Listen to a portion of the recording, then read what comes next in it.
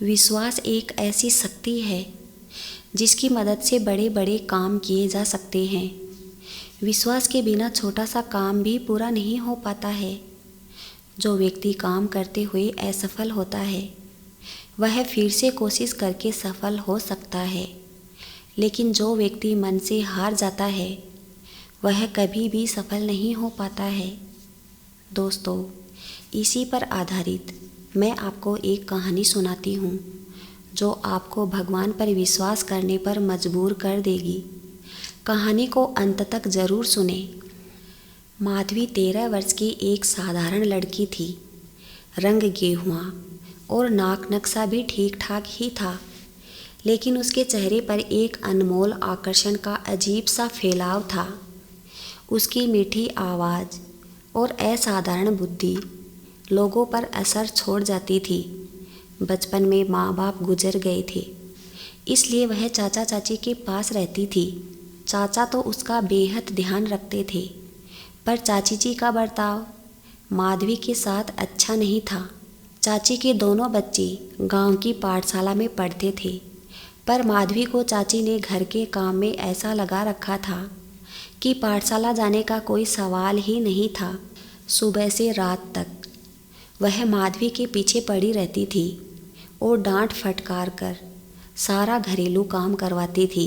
माधवी दुखी तो रहती थी, पर निराशावाद में उसे विश्वास नहीं था। उसकी माँ ने उसे समझाया था कि किसी भी परिस्थिति में मनुष्य को हार नहीं माननी चाहिए और अपना काम मन लगाकर करना चाहिए। माँ की शिक्षा याद कर माधवी घर का सारा काम ऐसे करती थी कि कोई अतिथि अचानक आए तो उसे घर व्यवस्थित मिलता था, चाहे कोई किसी भी समय क्यों न आए। माधवी के चेहरे की मुस्कान कभी धीमी नहीं पड़ती थी। मन की पीड़ा को किसी पर जाहिर नहीं करती थी। सबसे हंसती बोलती रहती थी और अतिथियों का स्वागत चाय, शरबत और गरम नाश्ते से करती। इतनी छोटी आयु में ही उसने तरह तरह के व्यंजन बनाने सीख लिए थे। उसके हाथ की बनी पकौड़ियाँ, कढ़ी, पुलाव और धमालू खाकर लोग उंगलियां चाटते रह जाते थे। इतना सब करने पर भी उसे चाची और उनके बच्चे राजू और कंचन से कभी प्यार के 2 मीठे शब्द नहीं मिलते थे। नुक्स निकालने के सिवाय उन्हें और कुछ नहीं आता था। एक ही काम को बार बार करवाने में राजू और कंचन को बड़ा ही मज़ा आता था। दुख तकलीफ में वह सिर्फ भगवान को याद करती थी। सुबह उठकर नहा धोकर भगवान को भोग लगाकर ही कुछ करती थी। शाम को दोबारा आरती करती और काम करते वक्त भजन गाती रहती थी। बचपन से ही उसकी माँ ने उसे ईश्वर पर विश्वास रखने की शिक्षा दी थी। वह कहती, बेटी, कभी किसी मुसीबत में पड़ो और किसी सवाल का हल ना मिले तो राम जी से पूछ लेना, वह तुम्हें ज़रूर राह दिखाएंगे। उनके पास तो हर सवाल का हल होता है और जो उनकी मदद लेता है उसे किसी की चिंता नहीं होती। बचपन की यह बातें माधवी के मस्तिष्क में ऐसी समाई थी कि अब वह उसकी आदत बन चुकी थी। माँ बाप के चले जाने के बाद ईश्वर में उसका विश्वास घटने के बदले और बढ़ गया था। वह सोचती थी कि जो भी होता है अच्छे के लिए ही होता है। ईश्वर इच्छा के बिना पेड़ का एक पत्ता भी नहीं हिलता, तो फिर क्यों ना मैं बेकार की बातें छोड़कर भगवान भक्ति में अपना समय बिताऊं। काफ़ी समय बीत गया। राजू अब कॉलेज में पढ़ता था। रोज़ पास के शहर जाता और शाम को वापस आता। कंचन की शादी की तैयारियां हो रही थी। इन्हीं जाड़ों में पास के माधोपुर गांव से बारात आने वाली थी। जमाई राजा का खुद का कारोबार था। कपड़े की 3-3 दुकानें थी और एक छोटी फैक्ट्री में खिलौने भी बनकर शहर में बिकने जाते थे। माधवी कंचन से 2 साल बड़ी थी, पर उसकी शादी की किसी को कोई परवाह नहीं थी। चाचा ने 1-2 बार चाची से इस विषय पर बात छेड़ी थी, पर बात आगे नहीं बढ़ पाई। सीधी सी बात थी, माधवी ससुराल चली गई तो घर का काम चाची को करना पड़ता। भला यह कैसे हो सकता था?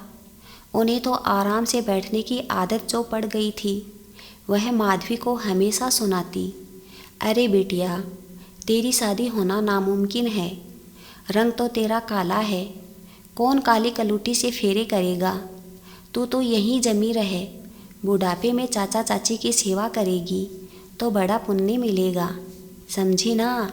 माधवी उनकी बातों का जरा भी बुरा नहीं मानती थी। चाचा की लाचारी समझकर वह उनकी देखभाल करती हुई ही अपना जीवन व्यतीत करना चाहती थी। आखिर कंचन के ब्याह का दिन आ ही गया था। माधवी ने घर की सजावट में कोई कसर नहीं छोड़ी। खाने पीने का बढ़िया प्रबंध कर वह कंचन को सजाने में लगी हुई थी। कुछ ही समय बाद बारात आ गई। अब लोग स्वागत में आगे बढ़े, पर माधवी खाने का पूरा इंतजाम देखने पीछे चली गई। अभी उसने पत्तल वगैरह लगवाने शुरू ही किए थे कि कंचन की सहेली रानी ने दौड़कर कहा, माधवी चल, दूल्हे राजा तुझसे मिलना चाहते हैं। माधवी ने साड़ी का पल्लू ठीक किया, रानी के साथ सामियाने में आई।